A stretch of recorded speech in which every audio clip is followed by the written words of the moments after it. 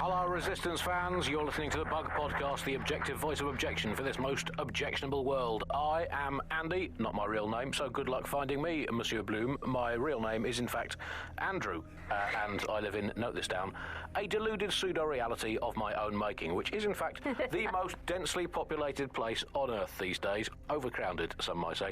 Joining me, as always, my next-door neighbour in these Netherlands of nonsense. It's Alice. Yes, indeed, it is Alice. Alice, who the bleep is Alice? I am not going to tell you that, but you can just sort of sense it from the timbre of my voice. Let's spin the wheel and find out where we're getting today's news from.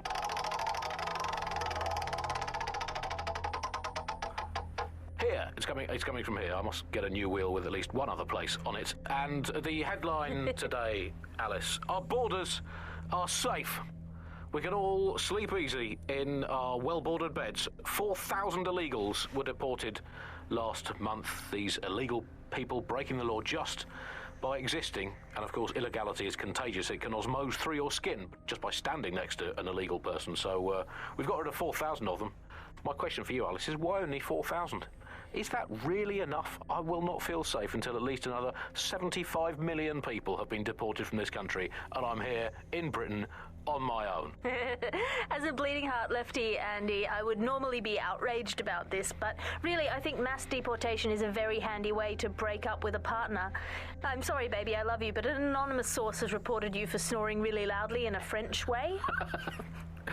So everyone out, no exceptions, Alice, not even you. It's for the good of the country. Everyone out. Unless you can prove that your family are in the background on the Bayeux Tapestry cheering on King Harold at the Battle of Hastings in 1066. Get out.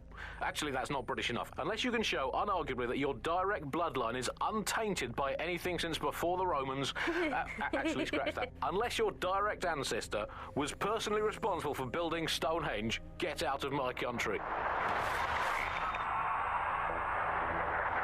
I guess when you look at it, you know, the best ways to stop immigration, apart from, obviously, the end of the world, to make the place you want to stop people coming to as unpleasant as possible. Well, we absolutely are doing that, Andy. Well, you know, fair play to the government for helping us with that. Another option, extend the White Cliffs of Dover. They've been resting on their laurels for too long. Very inefficient, it turns out, as a means of stopping immigration. We need to extend them by about another 11,000 miles, the full wrap around Great Britain, and they could do with being about 1.5 kilometres higher as well, with a special greasy coating to stop people clambering over the top or however they get in. Here's a quick joke for you, Alice, about immigration. Did you hear the one about the woman who went into the immigration processing centre and was ever seen again? No, Andy, I didn't hear that one. Boom. Set up, punchline. Classic. For those of you unfamiliar with it, the Immigration Processing Centre is, of course, where so many of our guests to Britain go for a longer than desirable game of involuntary hide and seek. You are listening to The Bug. I will conclude by saying, out of all the things wrong with Britain today, I think immigration is right up there, Alice. When you think of all the health professionals we've stolen from overseas over the years here in Britain, it's quite possible that all these people are just coming here to try to get an appointment with their local doctor. Yes, Andy, certainly as someone who came from the expanded arm of the empire when Britain was still reaching out rather than folding in on itself, most of us just come here to visit our stuff in the museums. It's the British way. Speaking of international movement, Britain has recalled all European ambassadors after a spy scandal.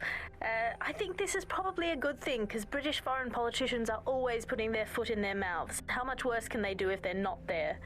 I mean, by definition, the fact that there's a spy scandal means that they were terrible spies. The point of spies is that there's never a spy scandal.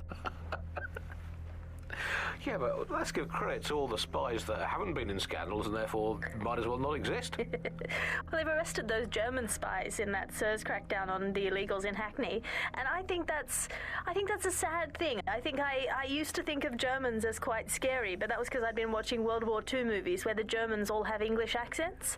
They speak in that very, precise way. It's very, we have ways of making you talk. And now Germans all have that American accent where it's all like, oh, welcome to the party. We're having a really nice time.